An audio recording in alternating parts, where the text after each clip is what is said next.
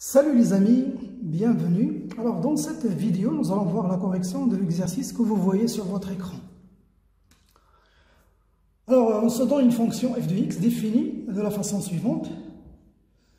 La valeur absolue de x fois la valeur absolue de x moins 2 sur x fois x au carré moins x moins 2 si x est différent de 2 et elle est égale à 1 sur 3 si x égale à 2. Premièrement, on demande de déterminer le domaine de définition, d de f.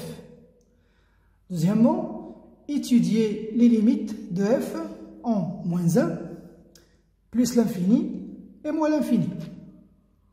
La question 3, f admet-elle un prolongement par continuité en 0? Voilà, mettez la vidéo en pause comme d'habitude et faites un effort avant de voir la solution. Alors, moi je vais commencer. Alors, le domaine de définition.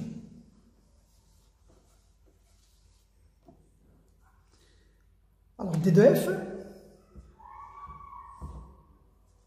égale tous les éléments qui appartiennent à R, tels que, ici on a un dénominateur, donc ce qui se trouve ici, au dénominateur, doit être différent de 0. Et donc, on va résoudre cette équation et savoir les valeurs qui annulent cette expression. Et ces valeurs-là vont être retirées de R, parce qu'elles sont des valeurs interdites. Eh bien, pour cela, on va résoudre cette équation. X fois x au carré moins x moins 2 égale à 0 implique que soit x égale à 0 ou x au carré moins x moins 2 égale à 0. Là, on a trouvé une valeur 0 qu'on va soustraire, on va retirer de R parce que c'est une valeur interdite qui annule le dénominateur. Maintenant, ici, nous avons un polynôme de second degré. Eh bien, vous connaissez, lorsqu'on a un polynôme du genre ax au carré moins plus bx plus c égale à 0. Alors là, on calcule le discriminant delta qui est égal à b au carré moins 4 ac. Et s'il est positif, on trouve deux racines. x1 qui est égal à moins b moins racine delta sur 2 fois a. Et la deuxième racine, c'est moins b plus racine delta sur 2 fois a. Voilà, c'est juste un rappel. Ici, le a, c'est 1, le b, c'est moins 1, et le c, c'est moins 2. Donc, si je calcule le discriminant ici, c'est b au carré moins 4ac. b au carré, c'est moins 1. Vous voyez, le b, c'est moins 1. Moins 1 au carré, moins 4 fois a. a, c'est 1. Et C, c'est moins 2. C, moins 2 fois moins 2. Ce qui va nous donner 1 plus 8, c'est 9. Il est positif. Donc, le cas positif, je vais trouver deux racines. x1 moins b, ça veut dire moins 1, c'est 1. Racine carrée de delta, c'est la racine carrée de 9. Sur 2 fois a, ça veut dire 2 fois 1, c'est 2. Eh bien, ça va nous donner 1. Moins 3 sur 2, c'est moins 1. Deuxième valeur, moins b plus racine carrée de delta sur 2 fois a. Donc c'est moins b, c'est moins 1, c'est 1, plus cette fois racine carrée de 9 sur 2 fois 1, c'est 1 plus 3 sur 2 égale à 2. Et donc voici les valeurs qui annulent ce polynôme. C'est le moins 1 et le moins 2. Donc les valeurs que je vais retirer, alors je vais retirer x égale à 0, je vais l'exclure de R, et je vais retirer le moins 1, mais je ne vais pas retirer le 2 parce que regardez, en 2, la fonction est définie en 2, parce que si x égale à 2, f de x est égal à 1 sur 3. Et donc, ce cas-là, le 2, je ne veux pas le retirer parce que la fonction est bien définie dans Donc, ce que je vais retirer, c'est juste 0 et le moins 1. Donc, je vais dire que D de F,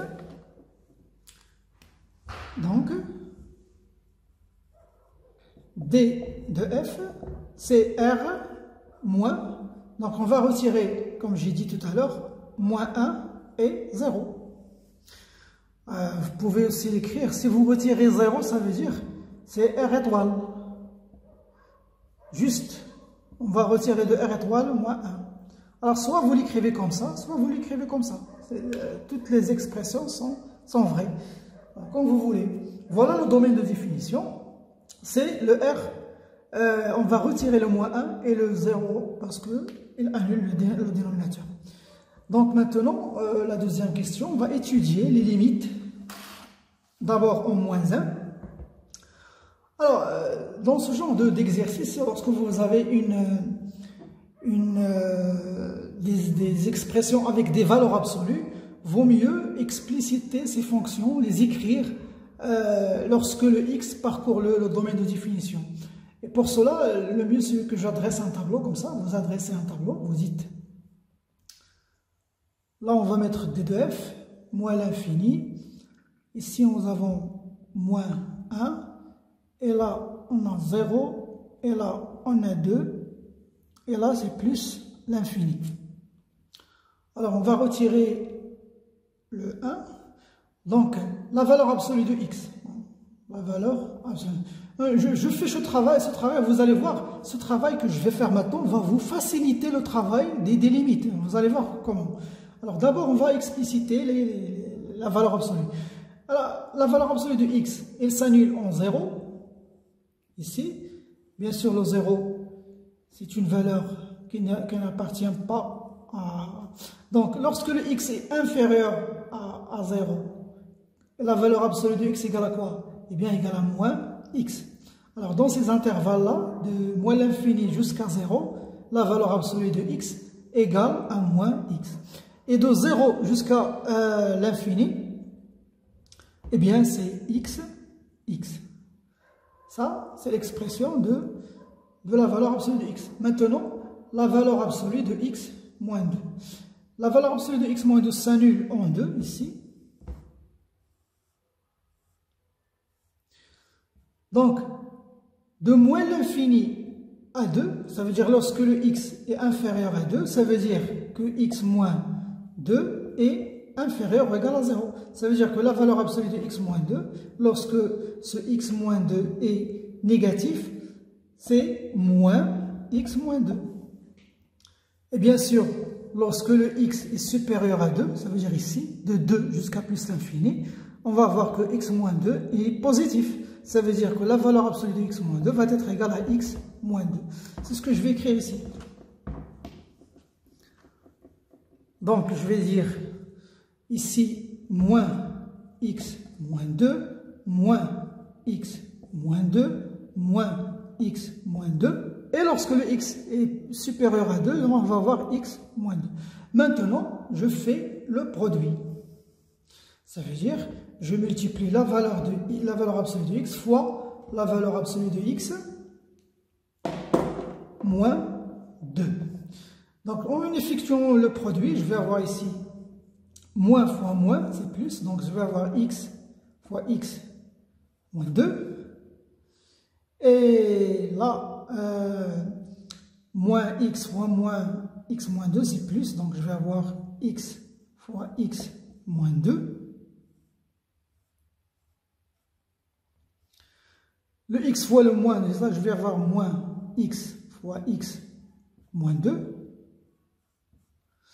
Et de l'autre côté, ici, c'est x fois x moins 2.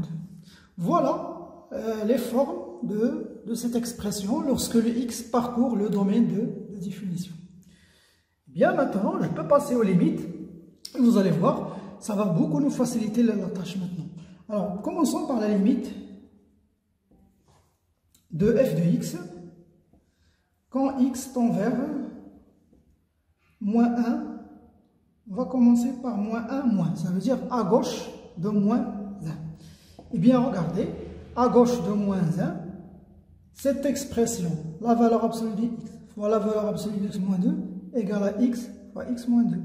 Donc je vais écrire la limite. Alors je vais directement dire moins 1 moins 1. Parce que je n'ai pas d'espace ici. Donc je peux dire maintenant x fois x moins 2 sur x fois x au carré moins x moins 2. Et donc, cela, je vais simplifier le x. Donc, ce qui va me rester, c'est la limite de x moins 2 sur x au carré moins x moins 2, lorsque le x tend vers moins 1 moins. Eh bien, regardez, lorsque je remplace le moins 1 ici, je vais me donner moins 1 moins 2 sur moins 1 au carré moins 1 moins 2. Eh bien, ça va me donner ici 0. Et là, je vais avoir moins 3. Voilà. Moins 3, parce que déjà, le moins 1, c'est une racine de ce polynôme. Ça va donner 0. Mais ce 0-là, est-ce que c'est un 0 plus ou bien c'est un 0 moins? Eh bien, cela dépend du signe, le signe de ce polynôme. Alors, je vous donne un rappel. Je vous rappelle, lorsque vous voulez étudier le signe, par exemple, d'un polynôme de second degré, ax au carré plus bx plus c. Vous avez un polynôme et vous voulez étudier son signe. Ça veut dire là où il est positif et là où il est négatif. Eh bien, vous trouvez d'abord les racines avec delta. Vous trouvez deux racines, ça veut dire x1, x2. Bien sûr, s'il existe dans R, si le delta est positif. Voilà, vous les mettez en ordre comme ça. Là, voici la première racine et là, la deuxième racine.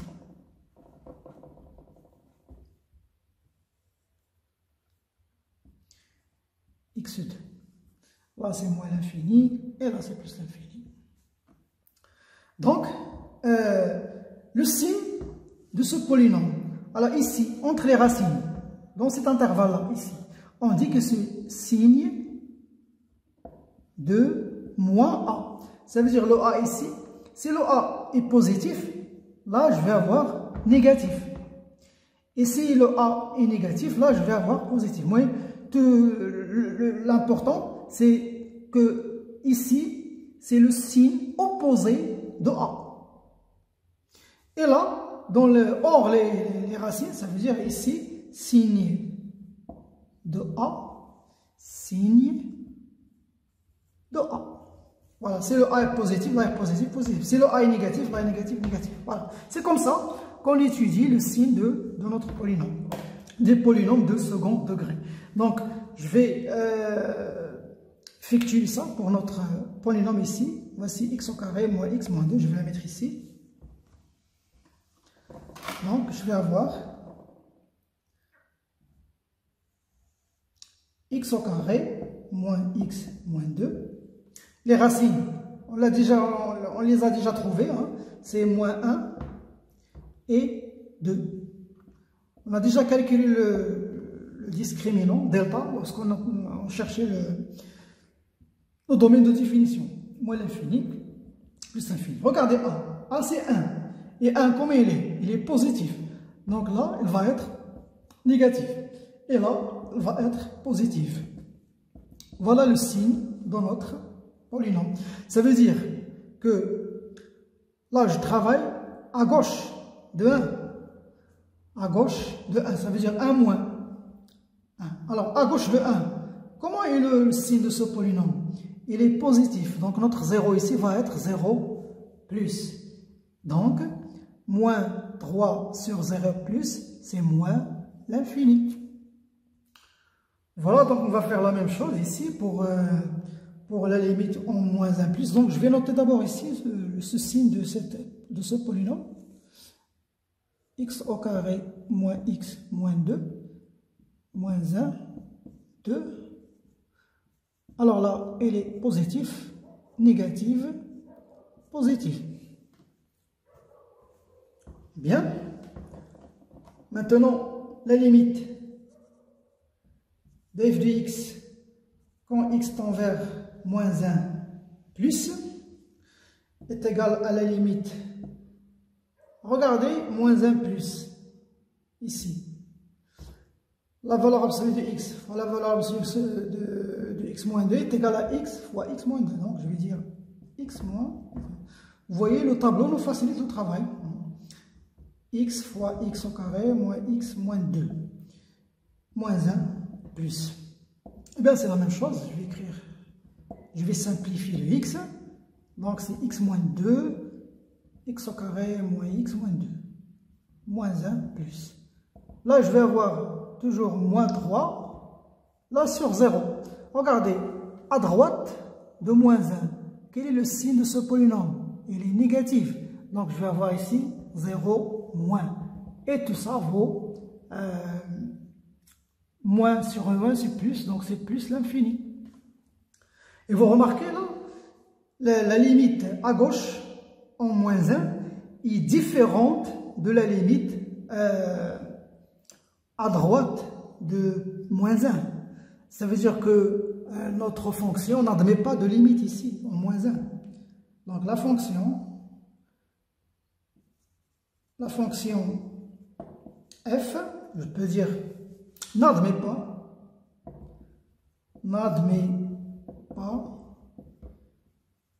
de limite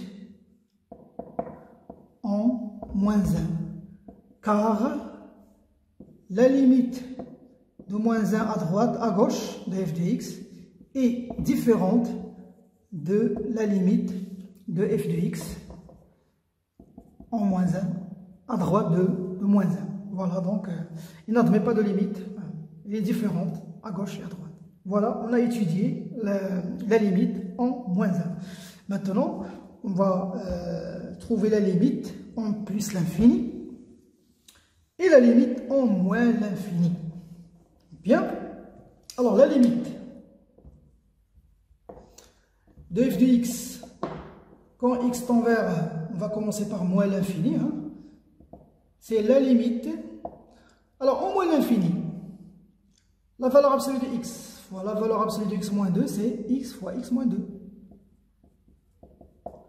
Là, je vais mettre moins l'infini sur x fois x au carré moins x moins 2. Je simplifie le x. Donc, ce qui va me rester, c'est x moins 2 sur x au carré moins x moins 2 lorsque le x tend vers moins l'infini.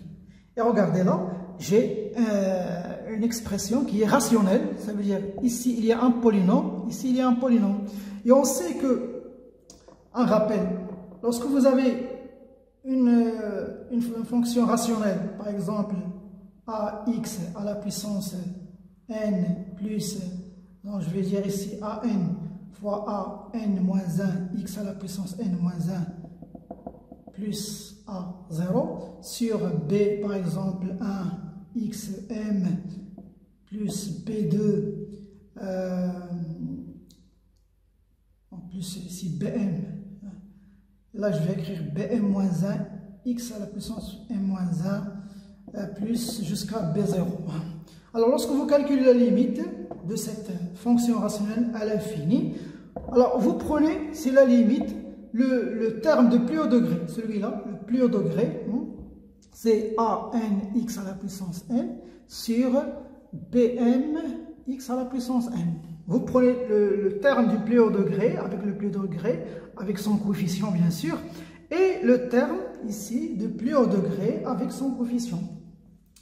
Voilà, vous simplifiez, lorsqu'il y a une simplification, vous trouvez la limite. Je donne des exemples de rappel. Voilà. Par exemple, si vous avez par exemple 2x à la puissance 4 plus 5x au carré moins 7 sur par exemple moins x à la puissance 5 plus 2x à la puissance 3 plus x au carré moins 8 par exemple. Si vous voulez calculer cette limite en plus l'infini, eh bien vous dites que c'est la limite. Regardez, le plus haut degré ici c'est 2x à la puissance 4 sur moins x à la puissance 5 parce que le degré 5 c'est le plus haut degré. Ce terme là avec le coefficient ici moins 1. En plus l'infini, on simplifie ici, ça va donner moins limite de moins 2 sur x, en plus l'infini, et bien c'est 0. Voilà, vous prenez toujours le terme du plus haut degré, lorsqu'il s'agit d'une fonction rationnelle. Attention, rationnelle, ça veut dire un polynôme au numérateur et un polynôme au dénominateur. Par exemple, si vous avez 2x à la puissance 4 moins 5 racine carrée de x plus 1 sur, par exemple, 4x à la puissance 3 moins 2x plus 5, là, c'est pas une fonction rationnelle, parce que là, vous avez une racine carrée.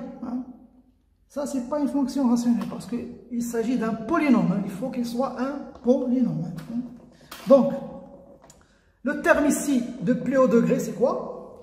De ce polynôme, c'est x. X sur, ici, x au carré. Et là, vous avez moins l'infini. Eh bien, ça va donner limite de 1 sur x. Limite de 1 sur x. Parce qu'on simplifie un x. Et ça donne 0. Voilà. Bien sûr, il y a une autre méthode. Vous pouvez factoriser par x et trouver la limite. Mais lorsqu'il s'agit d'une fonction rationnelle, vous avez dans le cours utilisé cette propriété. Bien, alors la limite en plus l'infini, on va faire la même chose. Plus l'infini de f de x. Regardons ici, à côté de plus l'infini, à plus l'infini, cette expression est égale à x fois x moins 2. Donc ça va donner limite de x moins 2 sur x au carré moins x moins 2 en plus l'infini. Bien, c'est la même chose, on va faire exactement la même chose. On va simplifier le x au carré moins x moins 2 en plus l'infini. Et on va utiliser la propriété que je vous ai dit tout à l'heure. Mais attention, cette propriété n'est applicable que lorsque le x tend vers l'infini. Attention, l'infini, ce n'est pas un nombre. Lorsque vous avez un nombre, vous remplacez le x. Mais lorsque vous avez l'infini, vous pouvez utiliser cette propriété. Donc c'est x sur x au carré qui est égal à la limite de 1 sur x lorsque x tend vers plus l'infini qui est égal à 0. Voilà. Donc c'est une limite finie à l'infini. Maintenant, on va étudier est-ce que f admet un prolongement par continuité en 0. On a déjà vu que f n'est pas défini en 0. 0 n'est pas une valeur qui appartient au domaine de définition. Donc pour étudier ça, eh bien, on va calculer les limites. On va calculer la limite de f de x quand x tend vers 0 moins. Ça veut dire qu'on va étudier la limite à gauche en 0. Bien, regardez, voici le 0. À gauche en 0, cette expression s'écrit x fois x moins 2. Eh bien, c'est la limite de x fois x moins 2 sur x fois x au carré moins x moins 2 lorsque le x tend vers 0 moins. Eh bien, on va simplifier le x. Ce qui va me rester dans cette expression, c'est x moins 2, x au carré moins x moins 2. Regardez, là, j'ai une valeur. Ce n'est pas l'infini, c'est une valeur. 0 moins, c'est une valeur. Donc, je vais remplacer 0 ici. Je vais avoir 0 moins 2 sur 0 au carré moins 0 moins 2. Donc, vous allez voir ici moins 2 sur moins 2. Moins 2 sur moins 2. Bien. Alors, je vais avoir ici 1. Maintenant, la limite de f de x, maintenant à droite de 0, en 0 plus. Eh bien, regardez le 0 ici. Le 0, le voilà. À droite de 0, c'est moins. Donc, je vais avoir ici la limite de moins x cette fois, moins 2 sur x fois x au carré moins x moins 2. 0 plus. Je simplifie le x, ce qui va me rester, c'est moins x moins 2 sur x au carré moins x moins 2, 0 plus. Je remplace le x ici, 0 moins 2 c'est moins 2, moins 2 c'est plus 2, sur moins 2 c'est moins 1.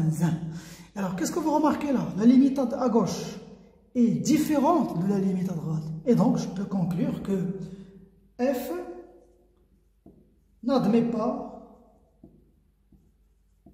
de limite en 0. Il n'a pas de limite en 0, car la limite à gauche en f de x à gauche est différente de la limite de f de x à droite en 0. Et donc, f n'admet pas un prolongement